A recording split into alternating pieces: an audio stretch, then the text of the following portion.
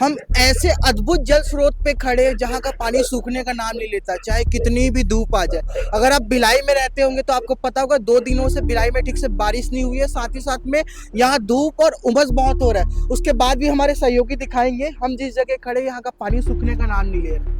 हम अभी खड़े ग्राम खपरी वाले चौक पे। ये ग्राम खपरी के अंडर आता है ये चौक। हमारे सहयोगी दिखाएंगे महज यहाँ से 500 मीटर की दूरी पे दुर्ग भिलाई आईआईटी पड़ता है। भिलाई आईआईटी यहाँ से महज 500 मीटर की दूरी पे। आप रोड की हालत देखिए, और रोड तो ठीक है, आप इस गड्ढे की हालत देखिए। मतलब इतना धूप पड़ रहा है, जहाँ लोगों का, भिलाई के लोगों का पसीना सूख जा रहा है, वहाँ ये जगह है जहाँ का पानी सूखने का नाम नहीं ले रहा। तो आइए, हमारे साथ कुछ आसपास वाले लोग मौजूद है, आइए हम उनसे बातचीत करते हैं।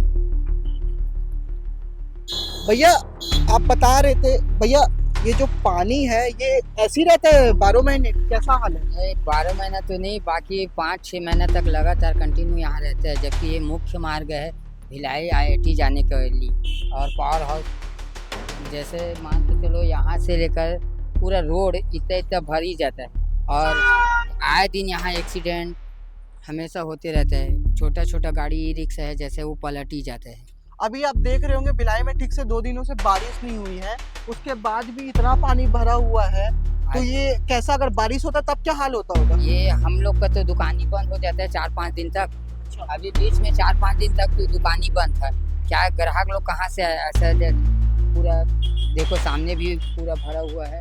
और अपने दुकान में तो अभी 4-5 दिन तक बंद ही था पानी की वजह से। पानी की वजह से आप समझिए कितनी बड़ी समस्या है कि बारिश नहीं हुआ है तो इतना जल एकत्रित हुआ है। बारिश होता है तो भैया का कहना है कि पूरा रोड पैक हो जाता है, उनका दुकान बंद हो जाता है।